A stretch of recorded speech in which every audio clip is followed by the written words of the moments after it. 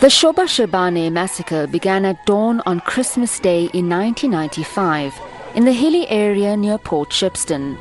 In the decade preceding the attack, the area was the scene of a prolonged struggle between warlords aligned to either the IFP or the ANC. During the massacre, about 600 alleged IFP supporters wielding automatic weapons and pistols descended on the area.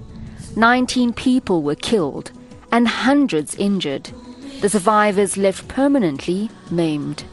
On the 21st of March in 1960, police officers opened fire on a group of people peacefully protesting oppressive past laws, killing 69 civilians. More than 5 decades later, members of the South African Police Service killed 34 miners in what became known as the Marikana Massacre. It was the most lethal use of force by the police security forces against civilians since 1976.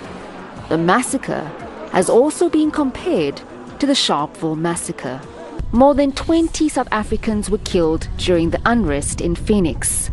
Some victims set alight, others shot at close range in an alleged racist attack.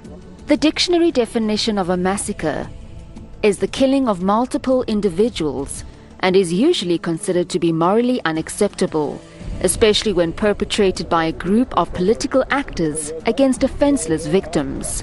Other definitions have described it as the intentional killing of a considerable number of human beings under circumstances of atrocity or cruelty or contrary to the usages of civilized people. But for the past 2 weeks, the term has been used on various platforms to describe the brutal killings of more than 20 South Africans in Phoenix. According to a preliminary report by the South African police, they are investigating 35 murder cases linked to the unrest 2 weeks ago. But the report also detailed that 40 bodies had been found in Phoenix and surrounding areas. Since the unrest in Phoenix, 11 suspects have been arrested and have appeared in the Verulam Magistrates Court.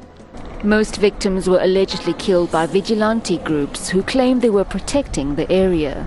However, some of those slain were said to have been looking for fuel stations during the unrest, others returning from late-night shifts, and most victims passing through Phoenix.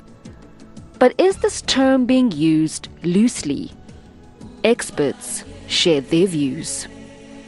Guy Lamb, the director of Safety and Violence Initiative, SAVI, says more information is needed to make a proper conclusion. Lamb says a commission of inquiry should be established to make a determination. We still need to get all the facts together before we can talk about it as a massacre. I think at this particular point in time, we need to refer to it as an incident of mass violence, because there were the use of firearms were used, but also there seems to be in the use of kind of blunt force instruments as well, the use of petrol to burn people. So it's not just firearms involved here, but certainly mass violence. It's either happened in multiple locations or a few locations, but certainly we need to get all the facts together before we can call it a massacre. I think there is a desperate need for it within, a focus on KwaZulu-Natal and parts of Gauteng, but also a need to look at the intelligence services, a need to look at the police, and how do we rebuild from here. Here is an opportunity to look at where things went wrong and how do we make sure this doesn't happen again in the future. Dr. Rama Naidu, Head of Democracy and Development Studies at UKZN, says the correct term should be a mob insurrection. That word is laden, and people use different contexts for it. And most certainly, if you look at the way in which some of those murders happened, you cannot but look at it and say that person was massacred. He was defenseless. A mob of people got there and they beat him to death, or he was shot. That can't be condoned. And to the family of the people says, yes, my child was massacred. And I think we need to understand that context. I don't want us to not validate what happened here. I'm not trying to do that. I'm simply saying right now, this feeling of fueling this into something much bigger is not helping the situation. because it'll divide us so much that I will not even be able to talk to you. And if we can't have a conversation about it and get past it, then we just get stuck into our normal spaces, and you become the other and I become the other. And so it will just wait for the next incident to happen, and it will spark again, as we've seen, right? Everything in this country has a racial overtone.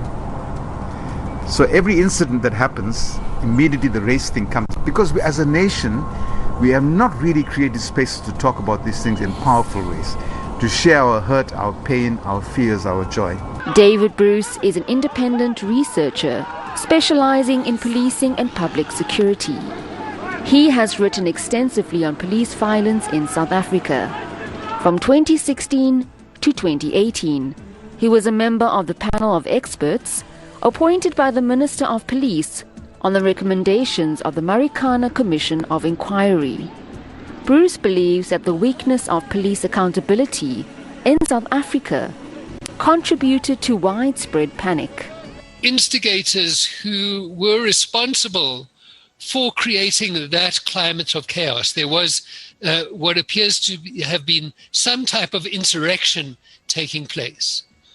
And so one of the questions that we should consider here is just the possibility that people are honing in on the events in Phoenix as a way of diverting attention from what is in some ways the primary question here, which is about holding those who were responsible for the overall course of events accountable for their actions. In an interview with the SABC, Professor Paulos Zulu shifts the blame from the racial tension directly to the instigators. So I think as South Africans, we must, by all means, make sure that before we make pronouncements, particularly dangerous pronouncements that might create disorder in the country, we know the facts clearly, or that we conduct a proper analysis. There is a fertile ground for mutiny, put it that way. But once you organize on that fertile ground for your own purposes, which was the case in this particular instance, the mutiny might take any direction.